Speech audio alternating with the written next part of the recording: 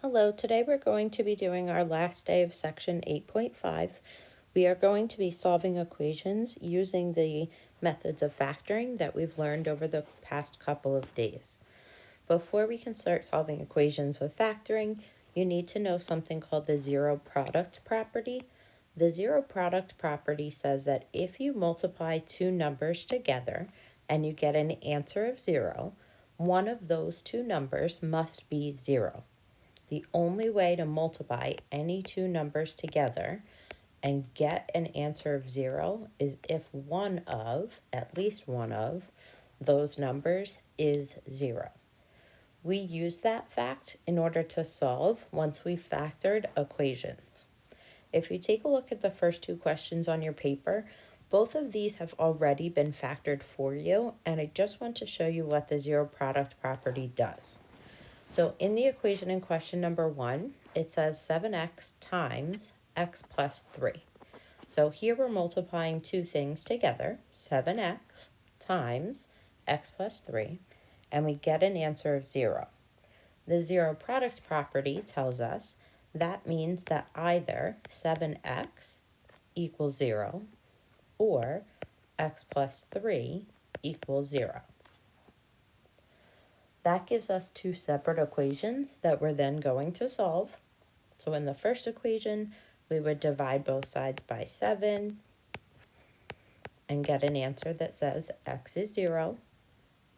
In the second equation, subtract 3 from both sides and find out that x is negative 3.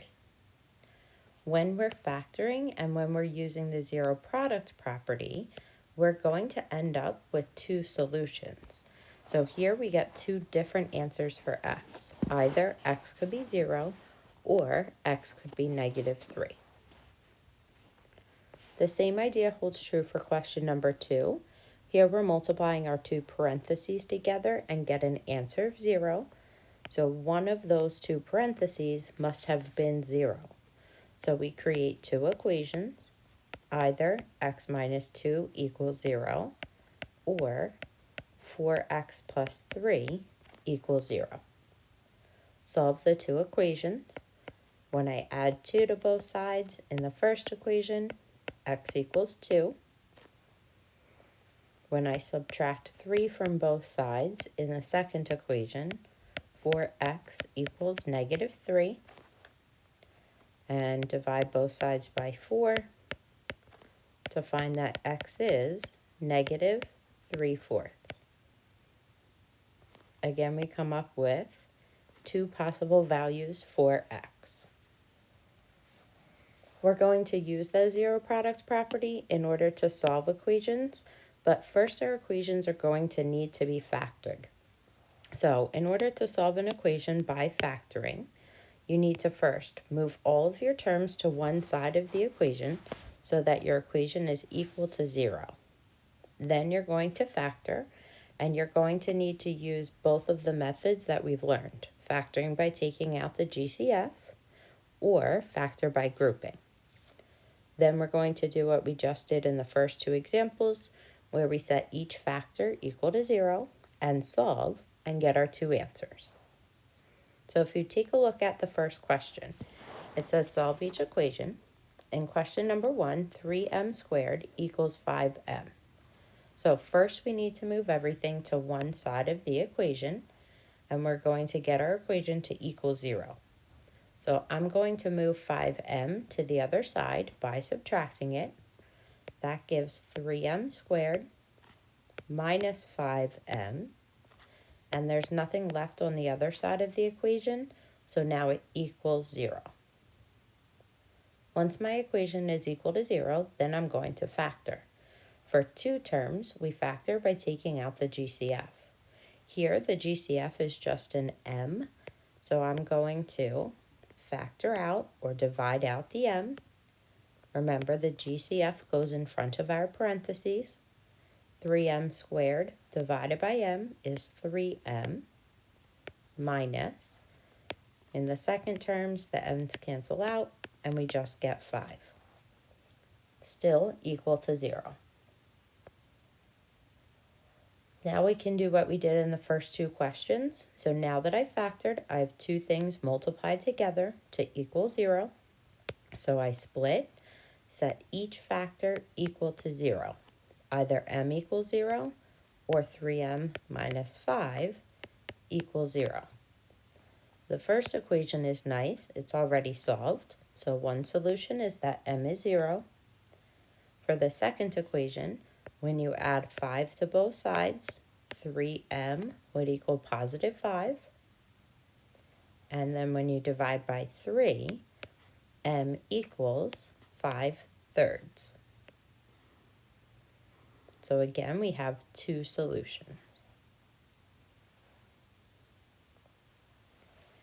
In question number 2, all of our terms are already on one side of the equation. It's equal to 0, so we're going to factor. For two terms, we factor out the GCF. Here, the greatest common factor is 10x. So I'm going to divide out or factor out our 10x. For the first term, 10 divided by 10 is just 1. X squared divided by x is x. Minus, in the second term, 20 divided by 10 is 2. X divided by x cancels out. Our equation is still equal to 0.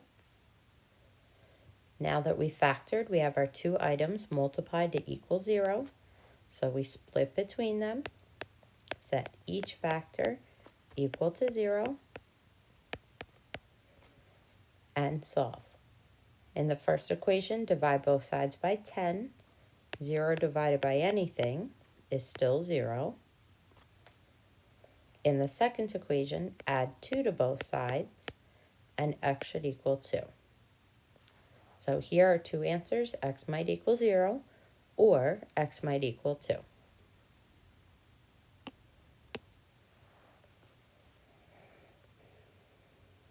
Okay, in question number 3, we have all of our terms already on one side of the equation, equal to 0.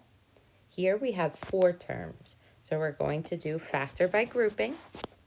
If I take a look at the first group of terms, 6a squared minus 15a, the GCF for the first group is 3a. So I divide each term by the GCF. Our leftovers go in the parentheses. So 6a squared divided by 3a is 2a minus 15a divided by 3a. The a's cancel out. 15 divided by 3 is 5. In the second group of terms, notice we have this negative 8a plus 20. In order to get my parentheses to be the same, I have to factor out that negative. So the GCF here is 4, but I'm going to divide everything by negative 4 in order to make sure that my two parentheses are exactly the same. So negative 8a divided by negative 4 is positive 2a. Positive 20 divided by negative 4 is negative 5. And our equation still equals 0. To finish our factor by grouping, remember we then factor out the common parenthesis. So each term has a 2a minus 5. When we factor that from each term, we're left with 3a minus 4. Now that we have our two parentheses multiplied together equals 0, we split, set each factor equal to 0,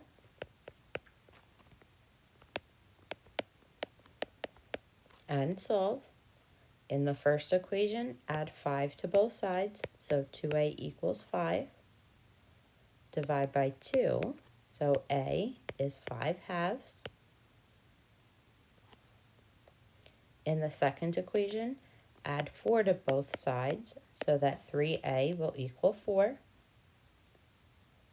And when you divide both sides by 3, a will be 4/3.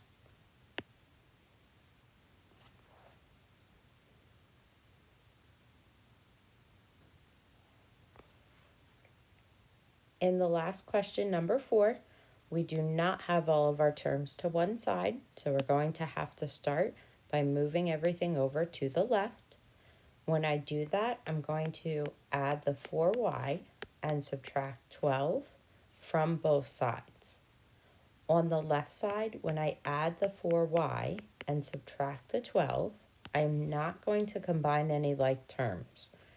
So I have 5y squared minus 15y plus 4y minus 12.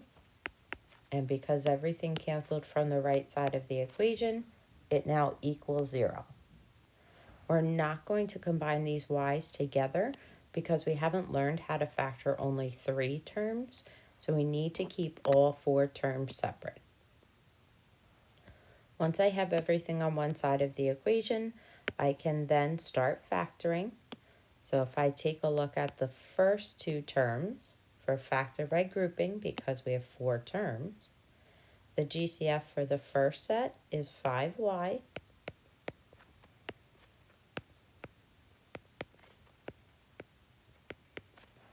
So in the first term, 5 divided by 5 is just 1. Y squared divided by y is y minus. In the second term, 15 divided by 5 is 3. Y divided by y cancels out. When I look at the second group of terms, the GCF here is 4.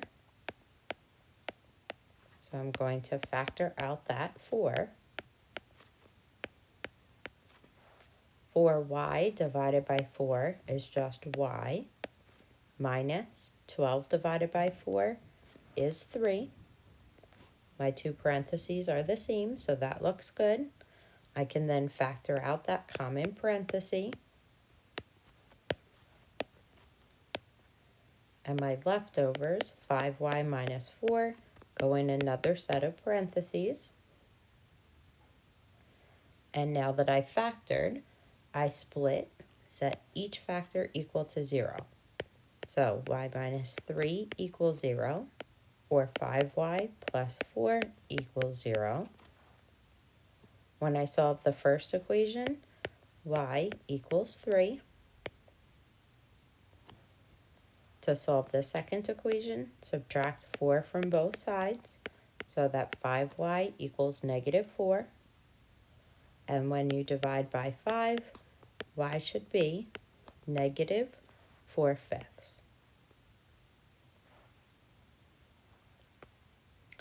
The homework for today is attached on the next sheet here.